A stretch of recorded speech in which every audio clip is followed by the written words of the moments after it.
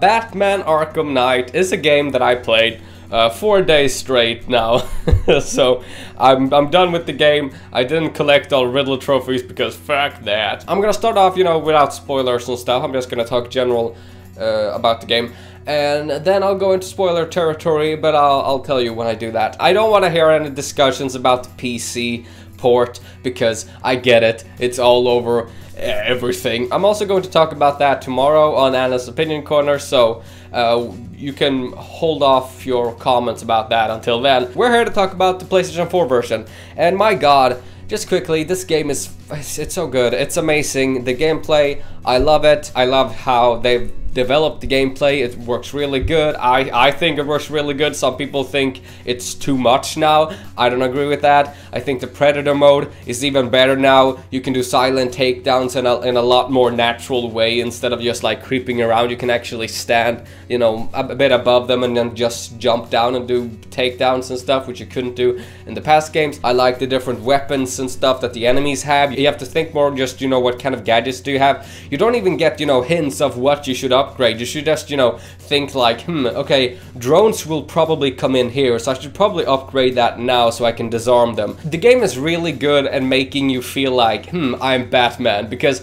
they do give you hints and stuff, but I think they do it in a much smarter way than just say, press X to do that. You have this like exposition of an enemy and you have to think like, what am I going to do? Oh wait, of course I can just do this and then boom, and then yeah, it's really, I really like it. The story is freaking awesome. Of course the story, helps because of the graphics and the gameplay and stuff. In short, it's really, really good. I am a huge fan of the Arkham series, even of Origins, and that wasn't even, that good. But I still liked it purely because of Batman. Because of Scarecrow and stuff, everything is just like constant, with the oh, it's so many surprises, so many, small twists and stuff, and I love it. Now I'm going to go into spoiler territory, so if you don't want to know anything, you should leave. There are 3 things that I see people complain about on the internet, because people like to complain on the internet, and those 3 things are the Batmobile,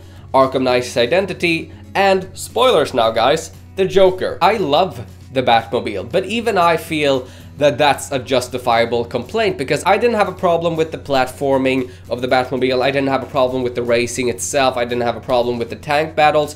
The only thing that I had a problem with was the stealth sections and the boss battles. I would be fine if this game didn't have any boss battles whatsoever. I really liked how you meet Poison Ivy and you don't even fight her, she just comes with you. I really like that because it shows, the dynamic between Batman and some of his villains and stuff. But to take away fun boss fights between Batman and, and other characters and then put them in like tank battles, Deathstroke shows up out of nowhere, might I add, and has the exact same costume, armor as in Batman Arkham Origins. And when I traveled away to go fight Deathstroke, I was like, yes, we're gonna fight. And then super uncharacteristic for Deathstroke, he had the exact same battles as the Arkham Knight did. You were hiding away from stealth drones, you were firing stealth drones, you were hiding away from Deathstroke, you were fighting Deathstroke in a fucking tank. It doesn't make sense. Okay, so Batman Arkham Knight's identity. Even for me who didn't get it spoiled, it's so obvious who the Arkham Knight's identity is. Because the first line that the Arkham Knight says is, "Time to die, old man."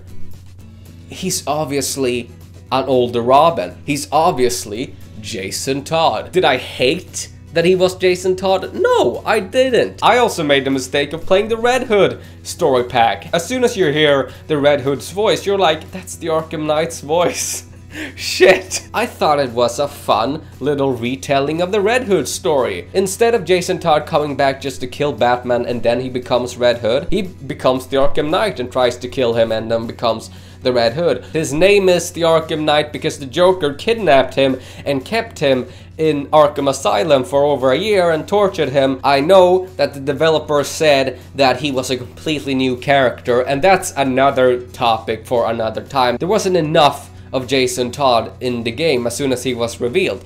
I wanted more drama, I wanted more dialogue, I wanted more closure between Jason Todd and Batman. And when we finally see him again, he has the red Batman symbol. That doesn't make sense at all. Nowhere in the story did we understand that Jason Todd was fine now. I wanted at least some dialogue between Jason and Batman. That disappointed me, and that's also where I felt like they could have toned down the Joker to add more of that. Now let's move into the third part that people complain about, the Joker.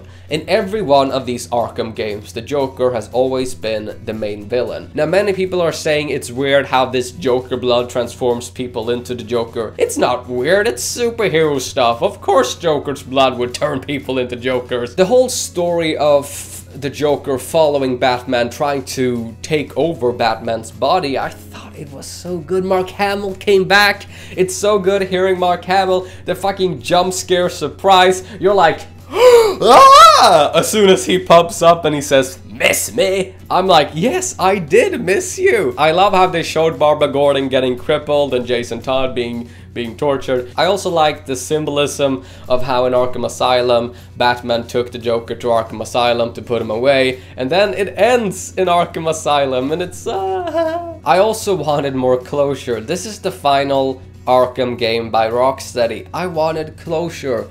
What's happened to Batman? Did he really just commit suicide with Alfred?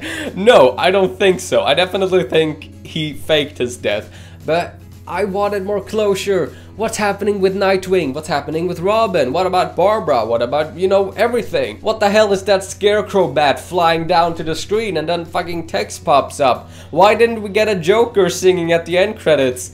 I wanted to know that these characters are gonna be okay. Batman Arkham Knight, I think it's the best game out of Rocksteady's trilogy. I know people don't agree with me, but that's what I think. That's my opinion. It's amazing. It's really good. As long as you don't go into this game thinking, oh, I hate the Batmobile already before even playing it, I think you're gonna love this game, if you're a fan of the Arkham games, of course. That's it for this video, though. I'm gonna go now, and I'll see you tomorrow with Ananda's Opinion Corner, where I'm going to be talking about the PC ports, sharing my uneducated opinion about that. So I'll see you tomorrow. Goodbye.